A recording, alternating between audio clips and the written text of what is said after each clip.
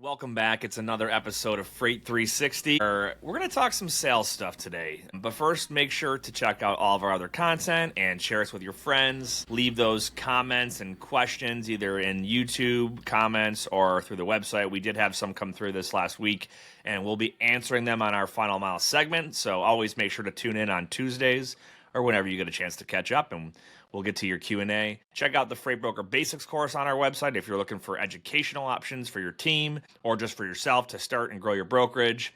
Ben, we're getting towards what feels like the end of summer, even though we're technically only we got another month or so left. But it feels like, I don't know, maybe not in Florida, where it's probably 90 degrees every day still. But Dude, it's so hot, but I'm so excited for the fall. Ava's been in school for a week and a half now. She went back last Monday.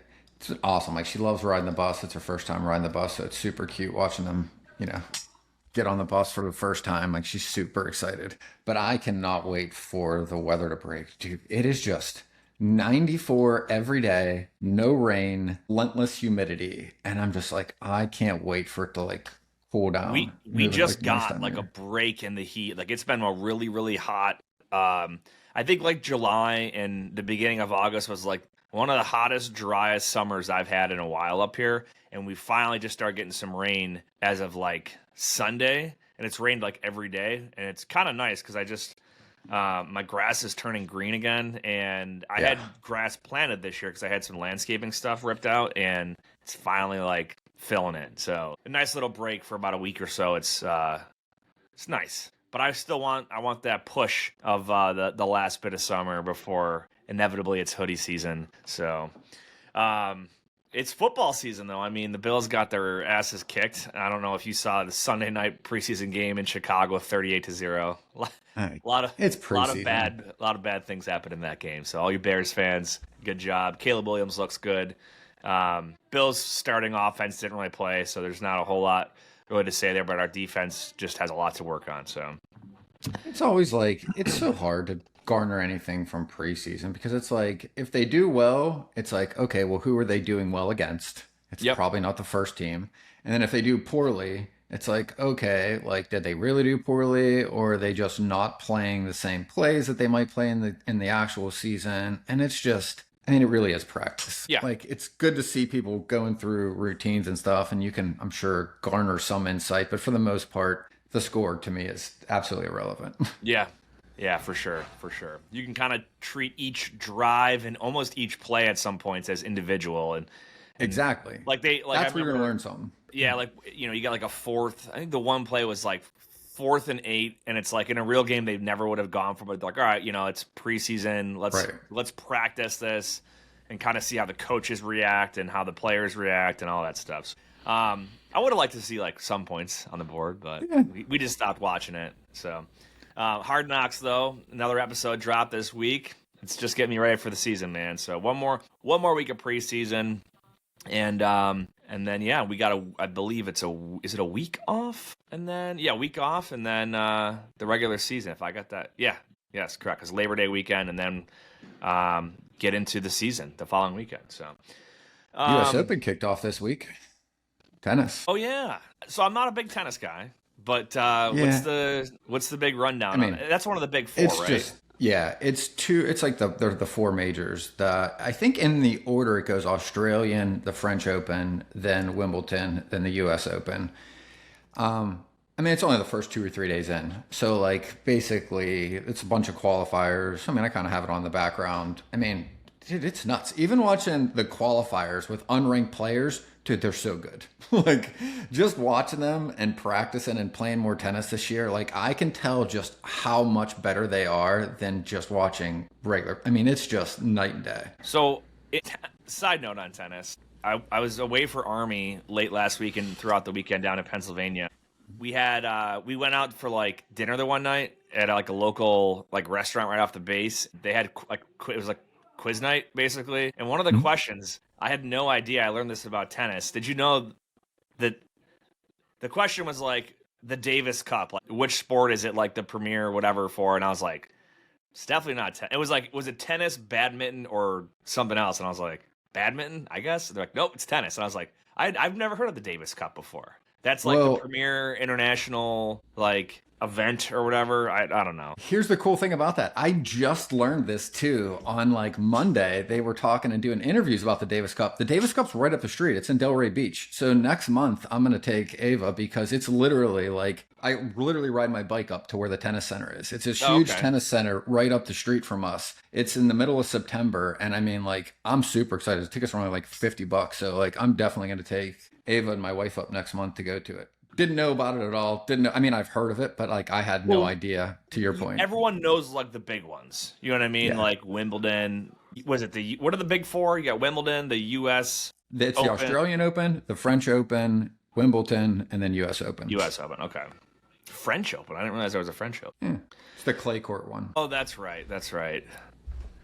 So that's sports news. It's hurricane season, right? This is something we talk about literally every year. Yeah. And because it does impact freight on a micro level if well, it's usually when there's a storm that directly impacts the US. So like this first one is I think Hurricane Aaron. Not a direct landfall. It's the first I believe it's the first hurricane to like actually, is it the first actual hurricane of the season? Does that sound right? No, there's probably been named ones because they start at A. So Yeah, if but it's not they'll A, start like as a tropical storm. I think it's the first one that actually turned into like a. Either yeah. way, we're early. It's August, so we're early into in hurricane Well, season. hurricane season starts in June, by the way. Like they Yeah. start talking about it on the news in June, but like I have never even seen a hurricane warning. I've lived here for 10, 11 years until late September, October. Yep. And pretty much it's basically like 6 weeks, like middle of September to like end of October when the ocean, I guess, is warm enough that they start making landfall. Yep. Yeah, I remember it's wild. I think back to like Hurricane Sandy, Superstorm Sandy back in 2011 or 12? 12 maybe. The national so that one hit like New York City and the National Guard like we all got involuntarily activated like for a month. And that was October because I remember after the storm hit, it snowed like 3 days later, and I was like, this is like October in New York. You literally never know what you're gonna get. We just had a hurricane come in and flood New York City and rip up Staten Island, and then it snows. Like just insane. But yeah, anyway, big takeaway when you've got these storms. I'm telling you guys, if you do any kind of FEMA work or you've got business that's in or out or affected by in any means by these coastal states that get impacted. So think the Carolinas, Georgia, Florida, Louisiana, anywhere in the Gulf area, Texas, right? Those are historically the areas that get either direct impacts or residual effects. And it's going to disrupt the market for like a week or more, depending on, how severe and the size and all this stuff. So you'll see on a micro level, like trucks just get out of Dodge, nothing happens for a few days, the storm clears, and then boom, there's this huge demand. And it could just be standard freight business, or it could be FEMA. It could be FEMA pre-staging things beforehand, right? There's like a bunch of different areas throughout the states that are like staging areas for like basic supplies like water and MREs, those meals, and generators and power infrastructure, things like that. So keep an eye on that. And then don't forget, like some of these storms have residual weather effects that push all the way north for like, 4 to 7 days afterwards. So you'll have lesser impacts in those areas. So this is kind of like your precursor to like winter weather, but in the tail end of summer. So it happens every year. We talk about it every year. Don't be surprised when that first hurricane disrupts your customer's business, because we know every single year when hurricane season is. So that's my my news. Oh, dude, other big news thing, and this was actually down in your area, and my parents' town of Fort Pierce. So we had it in our newsletter this week, and it's all over. It's on it's national news, right? The carrier that illegal U-turn on the Florida Turnpike. I don't know. What are you hearing on a local level? Because it's down in your area, and then I'll give you my spin on it, because I had a long discussion about it with someone yesterday. You've seen the headlines. Freight fraud isn't going anywhere. But if you're a Quickscope customer, you're not seeing it in your business. Quickscope is a cutting-edge, load-level visibility tool that stops fraud before it starts, right where it happens. Inside the transaction, no noise, just results. With unlimited usage and by far the most cost-effective product on the market, Quickscope delivers real value without the bloated price tag or platform confusion. And here's the kicker. Version 2 of Quickscope drops this summer, packed with powerful new features and AI integrations that'll make your visibility game even stronger. Sign up today and you'll be locked in at today's pricing when version 2 goes live. Stop chasing fraud. Start stopping it. Visit quickscope.com. That's QUIKSKOPE and learn more. There hasn't been there's not much more coverage than what happened. The guy made an illegal U-turn and killed 3 people and didn't look like he gave a shit at all. Like, the guy's sitting next to him eating potato chips and he makes an illegal U-turn and kills 3 people. Well, then you find out he's not even legally in the United States. So didn't see that. Yeah, so he's an illegal. The guy was I want to say like 3 years ago he had and I could be terribly wrong here. I might be misquoting this, but I believe something happened like 3 years ago that he had like a warrant to be deported or whatever. But he's either way not legally in the United States, but he was somehow issued a CDL from the state of California. So there's this big question now. Like, one of my guys called me yesterday and was like, he's like, I could have loaded that guy like all day long. He's like, how do I know to check for like, you can't their legality on the driver level? Because he's you worried can't about even get to that broker liability. That you got to pay for that. Like, so in order to get that information, you have to pay. And I don't even think you can get it as a broker, because like we tried, I think last year, and dug into that to see what was available. And like, you pay for it. And I think you need to have like an asset MC, and you're paying for like employment records. And it has to do with like restrictions around getting records for like hiring. And I genuinely don't know. I don't know. Like, it's not HIPAA, but like, it's for sure wasn't. And it was like $20-$25, I think, per record. And you had to wait like a few weeks. It's not something that's readily accessible, if I remember. Yeah. So here's, I'm reading this directly off of, this is actually the Times of India, because his name is Harjinder Singh, Indian immigrant trucker. It says he flunked the English proficiency and road signs test after the crash. He only answered 2 out of the 12 questions correctly. So this is that big, so it was one of those like emergency only, basically what police use to turn. So, he pulls off to the right side of the road and then tries to do a U-turn through that median onto the other side of the turnpike. And there's signs there that tell you can't do that. But, I've seen this. I mean, I've driven up and down that road many times. Like, I know exactly. Right. And then they give him the proficiency test, and he got 2 out of 12 questions correct. So that's where I think the big proficiency thing comes into play. And, but either way, I mean, it's kind of common sense. Like, English or not, it's a giant sign that has a big big black upside down U with like red lines through it. It's not like you have to read it. Like, you just have to see it. Yeah. I mean, my daughter, who's 6, would be like, yeah, don't turn around, right, Dad? Exactly. So that brings up the big question of like, when I've got one of my guys call me like, dude, like I'm vetting these carriers out and I'm making sure that they've got insurance, that they've got the authority, that they've got, I'm looking at safety stats. He's like, but I can't see driver level data. I don't know if this guy, like, he's like, what am I supposed to do? Ask him to prove his citizenship? And I was like, it's a great question. I said, I'll definitely bring it up in our discussions on the Hill in DC in a few weeks. But we don't have access readily available to vet drivers on a driver level basis. Like, yeah, we can ask for a driver's license, if a customer requires it for check-in, but like he's got a CDL, right? Correct. But he's not. But the government and the not state legally allowed to be driving, so it's super. And somebody weird. told me like you don't even need like documentation to get like a regular driver's license. Like, you can just get one without like proving that you are like your citizenship. And apparently it's the same with CDLs.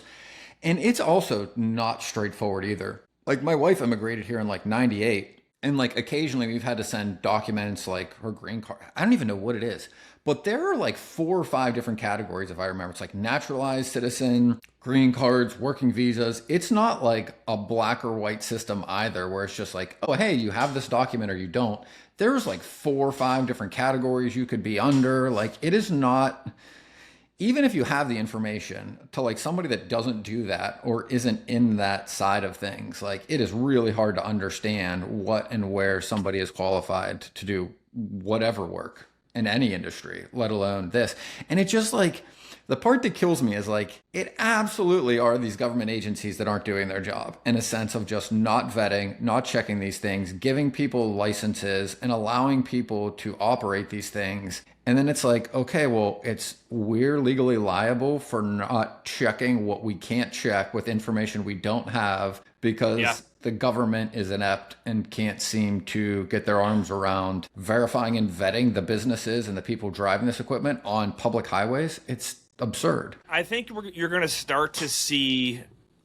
I think if you fast forward 3 years from now, I bet you're going to start to see some level of driver level data, whether it's minuscule or more detailed. But I believe our vetting software is in general is aiming to get to that point where, like, I know Quickscope, their newest version that they're going to release, their goal is to get to driver level data where you can see not just how the carrier performs, but an individual driver. So like a driver scorecard and things like that. Yep. So, and I would be willing to bet that other, other carriers or other platforms and services are probably going to aim to do something similar. So, because when you try to take everyone, like if you go to a carrier that's got 10,000, like Landstar, like 10,000 drivers or whatever it is, right? And like, yeah, the MC looks good, but like, how do I know how one guy or gal is going to perform versus somebody now throw in else? leased in drivers.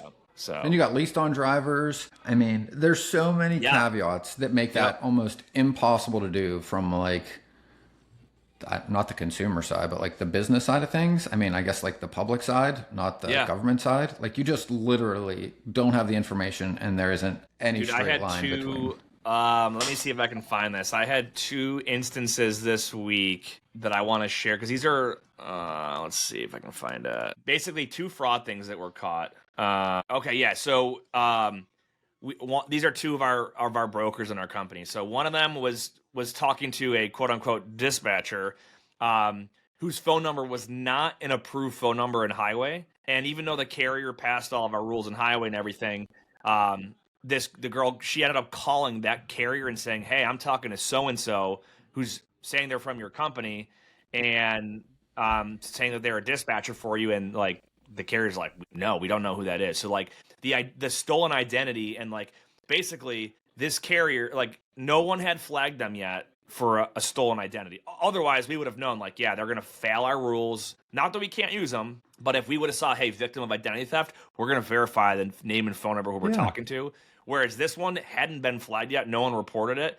And we might have been, the first attempted victim of a stolen load, right? So that was one. So make sure you're watching out for that stuff. And the other one was carrier gave an MC number and everything and showed up. I think it was Quickscope that caught it. Like they went and they did their picture at pickup and like the MC didn't match up and it failed verification. So like we were able to catch it right there and it's like, then they try and say, oh yeah, like I'm leased on. It's like, well, you're not leased on because that, your lease agreement and first of all, if you're leased on and representing a certain company, you need to have their MC on the side of their truck. Yes. Right? So it was basically 2 attempts at stolen freight and fraud. So keep your eyes out for that kind of stuff.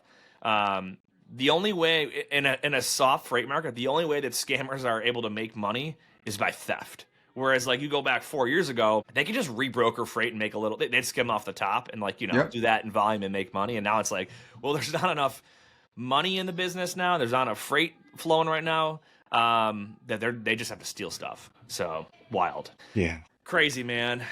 Did you see the video? I think it was Jason Miller on with Ken Adamo, maybe Leffler talking about. I watched it live. I was actually talking with them. Was it those 3? Tired of struggling to find accurate rates and the right carriers for your freight? With DAT1, you can access more than 500 million posted loads and trucks every year. That's 3 times more capacity than any other load board. Plus, their integrated freight management system makes it easy to cover loads 24/7. They have the most trusted network of carriers, brokers, and shippers in the country. You'll get real-time rates on every lane so you know exactly how much a shipment will cost before you commit to it. Plus, you get instant access to top bids from qualified carriers around the country. Get 10% off your first year of DAT1 when you visit the link in the show notes. Yeah. And they're talking about like freight rates, and Jason Miller was like, sorry to like break the news to you. He's like, but basically we're not going to see any movement until late 2026. And I was like, oh my God, that's like a 4-year trucking recession. Absolutely wild. We don't know what's going to happen. There's just nothing externally is moving the needle like far enough to jolt us moving out in of the this. other direction. Yeah. The tariffs are putting more and more downward pressure on consumers and the volume of goods being shipped, and they're slowing down. It's not speeding the economy up, it's doing the opposite. As we were about to pull out of the freight recession, the tariffs basically threw a big wet blanket on the market, and we're still trying to peek out from underneath it. Yeah. Yep. All right. Well, what we can talk about today, Ben? This was your idea. Talk about sales. We haven't talked about that in a while. And just like, I think expectations, how to approach calls, fundamentals or basics, but like they always work. Like and your like value proposition almost, or kind of what's the angle on it? No, even more basic, right? Like I always try to go down to like, what is like the root cause of anything? Like as simple as you can explain it. If you ask enough questions, you can get down to like the fundamentals of like anything, right? Most people try to solve problems from like the symptoms or like 1 or 2 steps removed, meaning like, what do I say? What is the perfect way to talk to somebody? How did I speak in a way that makes them want to buy the thing I have? Like that is so far down from like how you actually connect with people that like, yeah, you'll get a few more, but like that doesn't really help you get or improve at it, right? And I'll give you an example. Like I'm going to take an analogy of golf, right? Because you play quite a bit of golf, and like I think about them very similar. Tennis, golf, baseball, basketball, anything you're trying to do physically is very similar to what you're trying to do with your voice in a phone or trying to do in sales, right? So like in golf, people will go, you're slicing the ball, just change your grip a little bit, okay? Maybe you will slice a little less. You're still going to slice because fundamentally the problem isn't in your hands. It's probably how you're standing, how you're actually mechanically bringing the club back, and how you're swinging it, right? Not the very last piece where the club head meets the ball. It's all the way up through your body, how you're standing, your posture, and doing that consistently. That's why someone hits a good ball and then a terrible ball, because they're not paying attention to that. Their shoulders are leaning over the next time. Their feet aren't in the same place. And if you have a pendulum on a triangle and you move the triangle, the pendulum moves underneath it. Like that's all a golf swing is, right? You got to go all the way down to like the fundamentals of like how you start.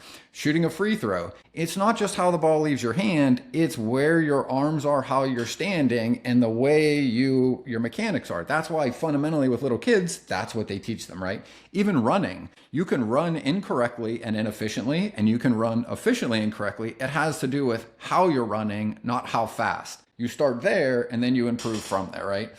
Weightlifters talk about the same things. Like if you want to get better at that, like you start fundamentally lifting like literally no weights until you get good at the movement, and then you increase your weight. You don't do it incorrectly and just keep putting more weight on. You just break things and things fall apart, right? Yep. Well, in sales, right, like fundamentally the objective is to just get people to know you, like you, and trust you, right? Like that's who people do business with in any scenario, right? So when people are thinking about like, how do I sell? A sale is the result. And we always talk and kind of joke, like it shouldn't be called sales. It should be called actions. And you occasionally get a sale because like statistically out of 100 attempts, you get 1 or 2 sales, 98 are rejections, right? And the goal is, how do I get less rejections and more sales? But that's the result, right? And we normally talk about like the simplest way to solve this is to just make more calls. Because, well, if I make 500 calls and you make 200 and we each get 2 out of 100, I get more than you. Okay, that is true. But if you go all the way back and you think of like who are really effective at sales, and like this is one of those cliches is like, God gave you 2 ears and 1 mouth. Use them proportionately. In sales, you should be listening more than you're talking, right? So go all the way back to the fundamentals and think about anybody you've ever connected with that you actually enjoy talking to. Does that person talk 90% of the time? Or do you talk more and that person listens? Most of the people you enjoy spending time with at least listen as much or probably more than you're talking. And that's why you enjoy spending time with them. The same way they always say is like the sweetest sound to everyone's ears is their own name, right? Like people like to talk about the things they're interested in. And if you're listening, that person's happy. They're connecting with you. And sales is far more about listening than it is ever talking, right? But no one ever wants to talk about that because they're like, oh, well, what do I need to say to get them to say yes? It's actually counterintuitive. It's like, how do I listen more and just ask a few questions to keep that person talking? That's how two people actually connect. And also, by the way, like that's how communication happens. You aren't learning shit if you're talking. If you're listening, you learn lots of things about the other person, their business, what they need and what they don't need. And that is closer to the fundamentals of what most people aren't doing, especially early on in sales, that they miss. And it's mostly because their ego's in the way. They're nervous, they're scared, they're worried about a result. So they're just talking and talking and talking. And like I'll get on sales calls with even people on our team or like clients, and I'm like, if you listen to that call, I'm like, who talked the most? They're like, well, I did. I'm like, you talk 90% of the time. I'm like, do you think that's a conversation or does that seem more like a monologue or a lecture? They're like, Yeah, oh, I guess it sounds like a lecture. I want to hop in here because it brings up two. I'll give you a freight related one and a generic sales example from the past. When you go into a sales conversation, it's good to have to have general understanding of what the case might be for a customer, but not to have a predisposed assumption that those things are true. So, and what I mean by that is, let's say you're targeting a customer in Florida and it's during hurricane. Let's say, I'm not going to use hurricane. We'll just say, we'll talk about like produce season. Yep. Don't go in and assume, like, you might assume based on the time of year, there's an impact from, harvesting and availability of certain equipment types and yada, yada, yada.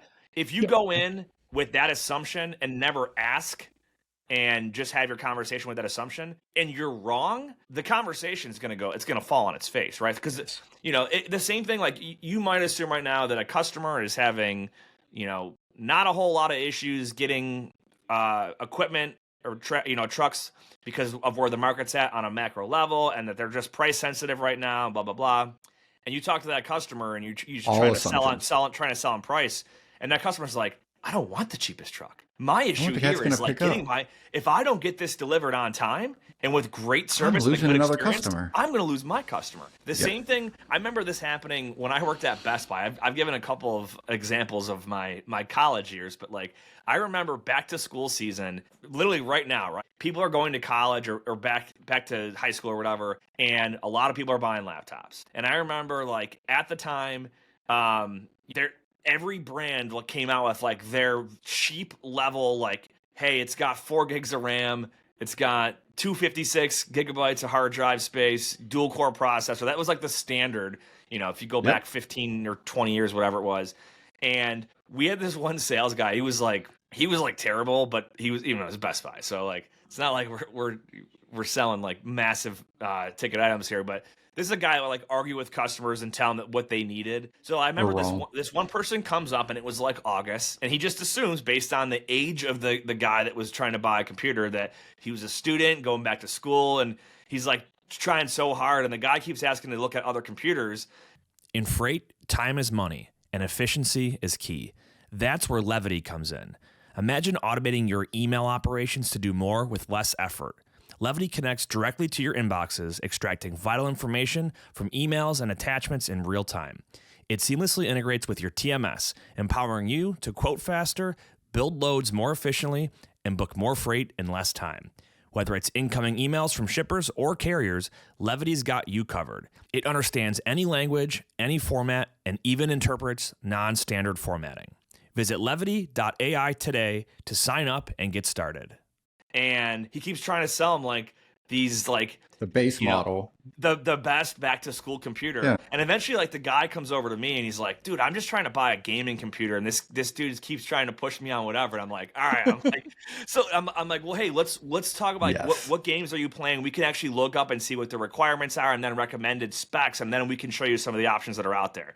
And it was just that little slight difference of like Listening.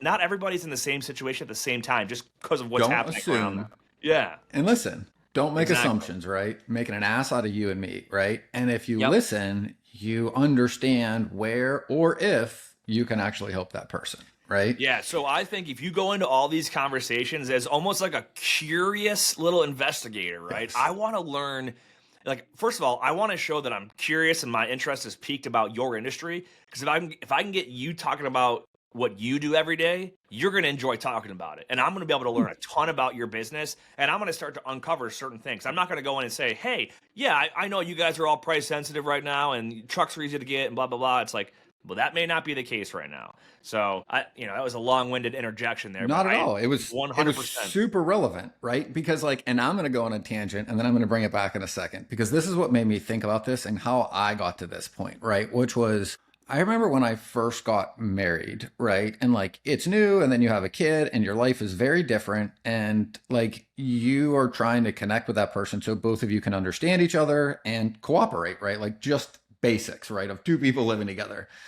You don't need to go down like the avenues and like what that all means, but it's like, okay, like fundamentally, that's what two married people are trying to do, is to go from living by yourself to working as a team, living together in a way that both people are happy, right? And at this time, I'm reading all these consulting coaching books. I'm going in deep dives into psychology, how the brain works. And honestly, a lot of it was like manipulation, like how you can literally use techniques that are used in like the intelligence industry, the FBI, interrogations, to literally manipulate people, how to read what they're doing and how to use subtle cues to get them to do what you want. And I thought that was sales until I was probably 35. So that's where I spent most of my time and energy. And you kind of realize that, like, one, it's exhausting to do that. It takes so much focus and concentration to be paying attention to these minute things to execute that one, it's not enjoyable. And two, even when it works, you kind of feel like shitty about yourself in a way, because you know that like you basically created that outcome in a way that.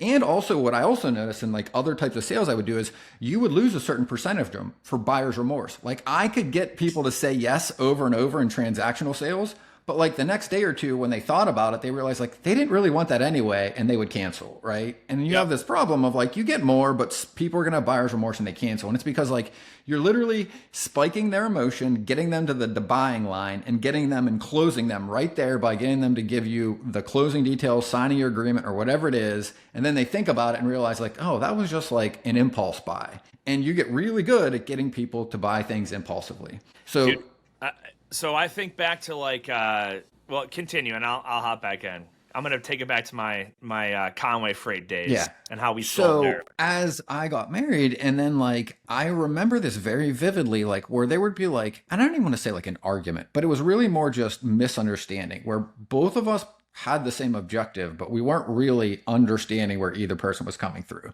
And I remember literally playing conversations back in my head, just like I would do at work, right? Because that's where I spent most of my time, listening to sales calls and listening for these cues. And I'm like, I know I said that in this way. And I know when she said this, I responded this way. I repeated back to her what she said so that she felt heard. I said it in this way. And I'm like focusing on the semantics of language. And I'm like, I don't understand why we're still upset with each other when I feel like I did exactly what I've learned how to do in sales. But at marriage, like it just kind of didn't work. And I'm like, I don't know what I'm missing. And I remember digging into that question because this is a years long process and like talking with like, I think it was like my coach at the time or whatever. And I'm like, I feel like I'm not connecting with her emotions, but I'm connecting with the logic, right? And the more I thought about it, I'm like, oh, that's the surface area, the words. But where she's coming from is like, I'm not connecting with how she feels about the situation. And then I at first went like, well, why can't this other person just put into words what they're feeling better? And I'm like, well, if you go back to it, like you can't make anybody do anything differently. You can't train somebody else to speak in a different way. Like you have to change yourself to be able to communicate better. And I'm like, what I really need to do is to be able to learn how to communicate and understand, or actually more simply put, feel what this person means, not just what they're saying, right? What is the meaning underneath the words, right?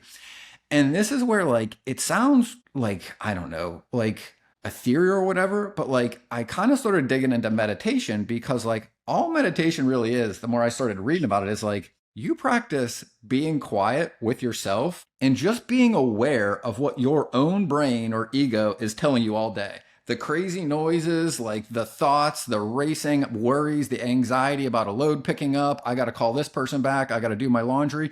That racingness, that is actually what is preventing you from feeling what the other person means. And it doesn't mean just in like a relationship, like literally in a business context, like just being open enough to hear what you mean when you're talking to me about even logistics. I can't hear that shit if my brain is literally drowning you out. Then I'm just waiting to speak. And that's what they say in communication is like, you can either communicate by listening and then responding, or waiting till you're done talking to say what I'm already going to say, where I'm already thinking about what I'm going to tell you while you're talking and I didn't hear anything you said, right? And I noticed that like the more you practice that, like even if it's 5 minutes a day, to just be quiet and just be aware of what your brain is telling you and just going, oh, okay, that's a worry. And you just start to identify them. That stuff, it's like turning the volume down in your own brain. And the more you practice that, the more I was able to like be aware of what other people meant, not just what they said. And like the more I practiced it, like I started to notice like I got way better at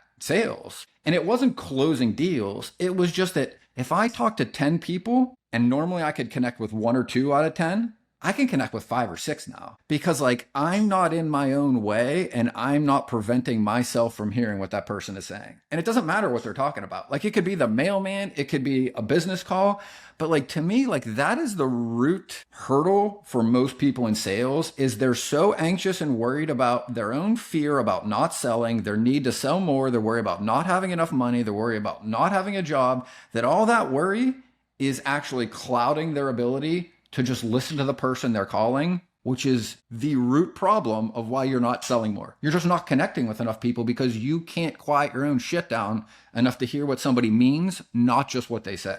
Dude, I got so much to add here. So, one of the reasons we are all about repetitions and lots of calls, lots of conversations, think about how a large language model is built, right? Think about how GPT, context, right? Like the more conversations it had, the more it learned, the more it listened to feedback, and then you have these new models, right? Sales people, freight brokers, right, develop in the same way that the more repetitions you put in, the more times you ask a question, the more questions you ask, the more answers you get, the more objections you get, you start to understand. That's why like I can go into just about any conversation related to our industry right now, and without having to like think, without having to like think hard, I can usually just navigate through the conversation because I've had thousands and thousands of them over years, and that's why the repetitions help. So it's funny. One of the things, are you familiar with the spin selling method? Have you ever heard of that one? I've heard of it, but I'm not familiar enough. I had to pull up I had to kind of refresh my memory because this was like when Conway Freight was still around and I worked there. That was like the prescribed sales methodology, and it really goes into what you were saying earlier. So it's situation, problem, implication, and needs payoffs. For like basically, it's a lot of asking questions, right, and hearing responses. So it's that active listening, that whole God gave you 2 ears and 1 mouth that you talked about earlier, and really trying to understand and get into the mindset and the shoes of the customer. So the situation is, and it's funny because we like a lot of the examples that I pulled up here for freight brokering and for freight broker sales are things that you and I have said for years. So like situational questions, it helps you understand the customer situation. So things like, what's a typical lead time for one of your shipments? What lanes are you running on a regular basis? Do you have a set of group carriers or brokers that you work with? Or, how do things look spot versus contract, right? You're trying to just understand, right? We're not even proposing anything right now. We're just trying to learn, qualify, understand the situation of that customer. And then it moves into like some of the the P is problem. So now that I understand situation, like let's say it's lead time, right? And they say, oh, lead time is we usually only have like a day, right? And then you can go into problem questions like, well, what happens if you don't get that load covered in that lead time, right? You start to figure out what are some of the problems. Like, have you ever had a truck not show up on time? Have you ever had a carrier that picked up on time, but you couldn't track them and give accurate updates to the receiver? If it's pricing related, have you guys ever run into issues with rates spiking at certain times of the year and it throws your budget off, right? These are problems. Implications is, well, what happens if a driver doesn't show up on time? What happens if you end up paying more than you had Consequences, budgeted, right? Yep. What happened, or how, anyway, those are your implications. Then your needs payoff is where you eventually get the customer to suggest the solution, right? Like, yeah, you know what? We really should try to be doing X, Y, and Z differently. Like, and a lot of times, like, that whole process doesn't happen in one conversation. No. Right? Your first conversation with a customer, it might be the 5th time you try calling them. It might be the 12th time. It might be the 20th time. But you might just be talking about situational things, right? Hey, yeah, I got 5 minutes. What's going on? And you start learning about like volume of, hey, throughout the year, October to December is their busiest time, right? They're fairly dead during the summer. They might move 1 or 2 truckloads a week in the summer, but they're up to like 12 to 15 a day when we get to those fall months into the winter time, right? You start to just understand what size, you're starting to just qualify them, right? Do you know what they're moving? Is there a need that could be solved? Yeah, exactly. All qualifying means is, did you uncover or did they tell you about something that you could help with? That's all qualifying is, right? Exactly. And the more conversations you have, the more trust, the more rapport, the more familiarity you start to develop with these folks, then you get into more of those problem and implication questions. I'm not saying the spin method is the way to do it. It's just how I learned freight sales. Yeah. But any effective sales methodology all kind of revolves around the same thing of like, you need to understand your customer and be able to properly offer some sort of value. Most people don't get there.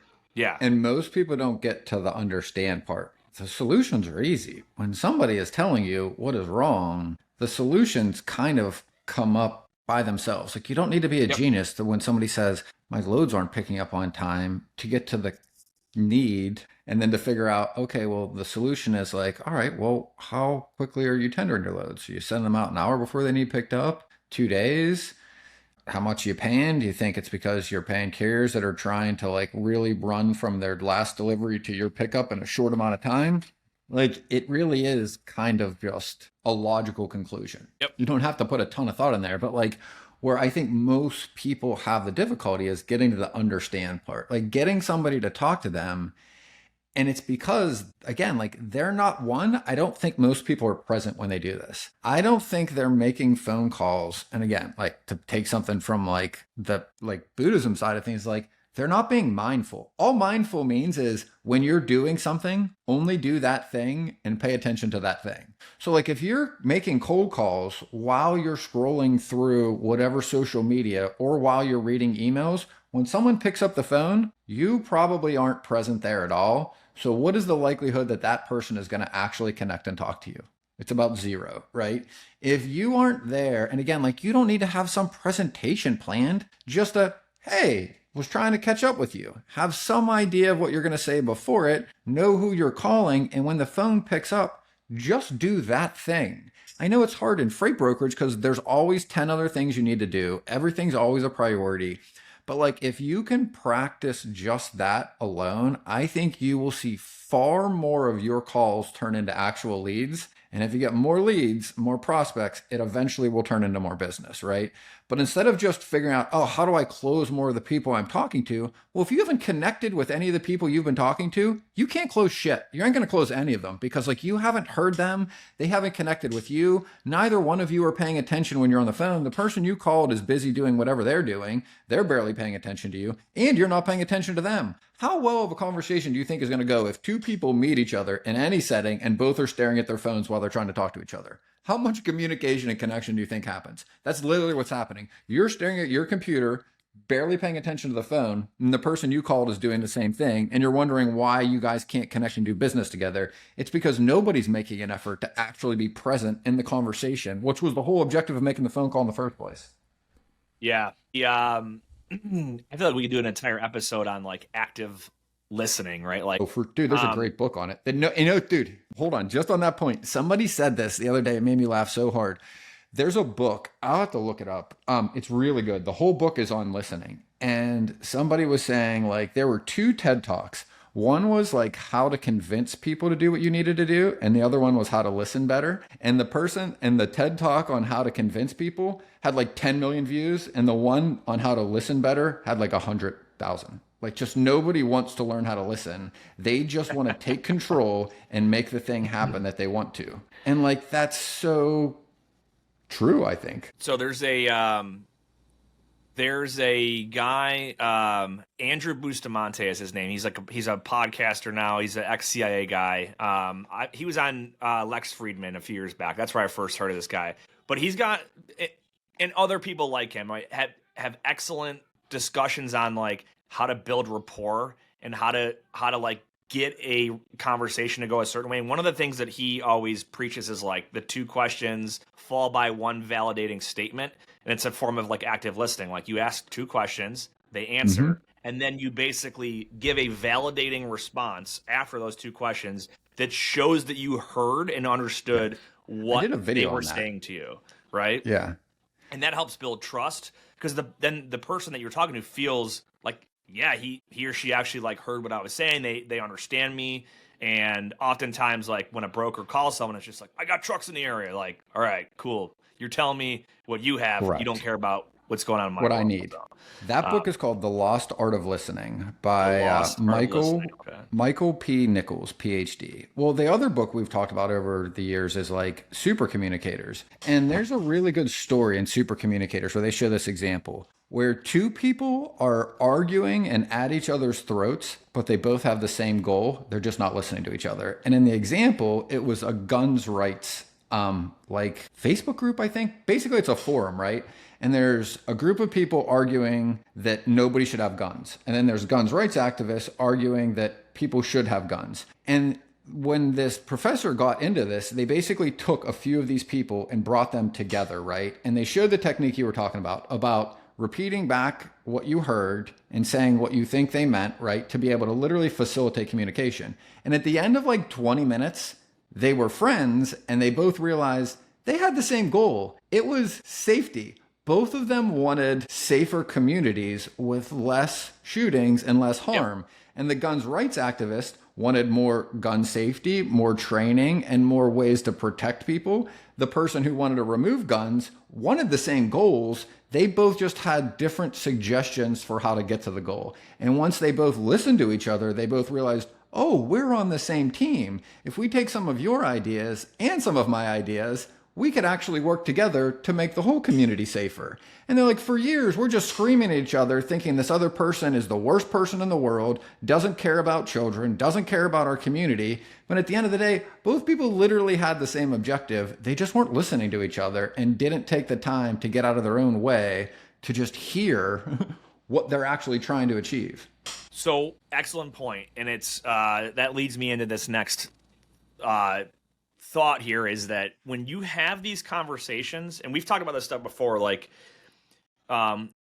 people are going to remember how you made them feel in those conversations, right? And this is where like it's a numbers game and repetitions and casting a wide net is going to come into play because there are some people that you're not going to connect with. It could be personality type, it could be age, it could be just the tone of your voice. It could be a lot of different things that you're interested in.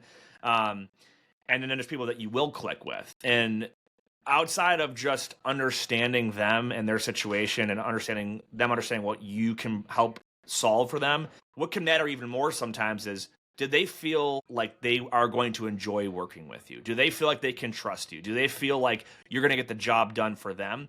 And sometimes, like, it doesn't matter if you know their problems and you can solve their problems. If they just don't feel like, yeah, this guy feels like a good fit to work with. If they don't feel that, it's not going to go anywhere, right? Unless you're like a last resort. But that is where there's no one magic pill that you can take and say the right things and ask the right questions. It is like, you got to do this hundreds and hundreds and hundreds of times with all these different people and companies out there.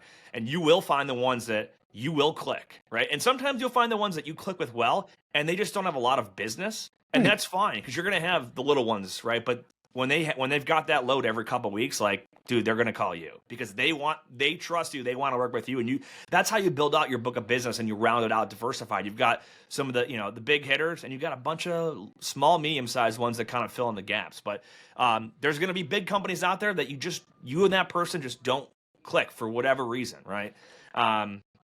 Personality headbutting, like, I've seen it too many times. But it's all about, ego.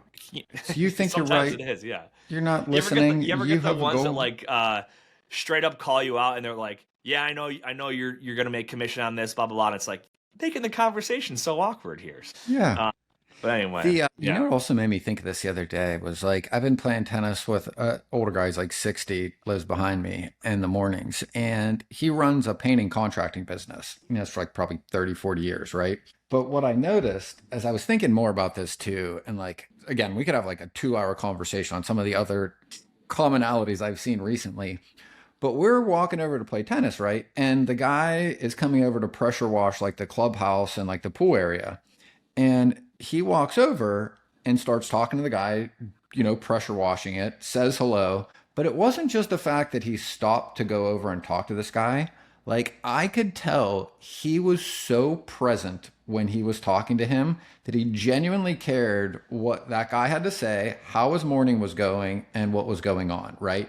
It wasn't the just wave to give someone the impression that you care. Like, he was genuinely present while he's talking to this guy. And I've seen him do this with a handful of people over the past couple of weeks that just happen to walk past, say hello, where he will literally stop what he's doing and just be there and hear them. And I'm just like, this is why that guy runs a successful business, right? This is why he has a lot of clients and customers, because when he is talking to somebody, it doesn't matter who they are, what he's getting out of it. He is 100% paying attention and listening and hearing what that person has to say and what is important to them. He didn't have an agenda. He's just genuinely cares about connecting with people. And like, I'm like, every single time I see him talk to somebody, he does this. And I'm like, it is second nature. And to your point, like, some people are probably better at that and it comes more natural. Some people have to work at it, but I think everybody can get to that point, because if you practice it enough and you get enough feedback, which in our world is rejection, right? You verbally get punched in the face and someone hangs up on the phone on you or yells at you, like, you're like, well, I guess I didn't do that one, right? But the best part is like, you got another chance. Pick up the phone and try again. It is like the only profession. You literally lose nothing except your ego gets a little kick. And if you realize that like that is just temporary, and if you pick up and go at it again, you can just keep trying over and over and over and over and over and over again until you actually get better at it. But if you don't know where you're going and why you're failing, that is very difficult. That's why most people go like, I don't even know if I'm doing it right or wrong. Like, if people are talking to you and opening up, you're getting better at it. If you're getting less of that, you're moving in the wrong direction, right? And it's mostly for the things we talked about. It's like you have an agenda. You're trying to convince somebody of something. They can feel that. They know you don't care about what they need. That's why they don't want to talk to you anymore. Yeah, I'll wrap it up with this. I forget her name. There's like some famous lady. She had this quote or this like mindset shift, and it totally applies to sales. It's go from why to what. So basically and I think about this when I've done cold calling sessions with some of our brokers, after the call, sometimes they're like, man, why did that guy react that way? Or, why did he yell at me? Why did I get hung up on? And instead of asking the why, ask what. Like, what did I learn from that conversation? What can I take away from this and apply to my next phone call, right?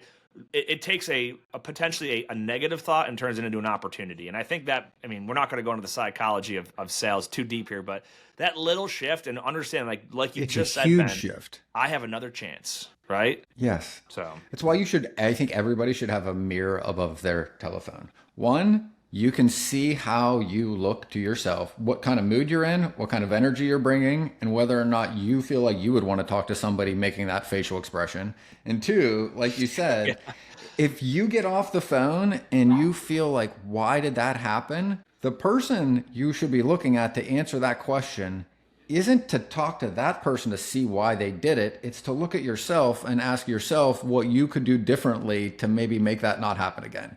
Because you can't control anybody else. You can control what you're going to do in your next interaction with whoever that person is. And that is the only way anybody gets better at anything. It's not blaming anybody else, blaming the situation, blaming the economy, blaming the environment, blaming your phone, blaming your leads. You can't change any of those things. You can change how you approach the next call and whether or not you're going to listen a little better and pay attention to how you're trying to connect with this person. Absolutely.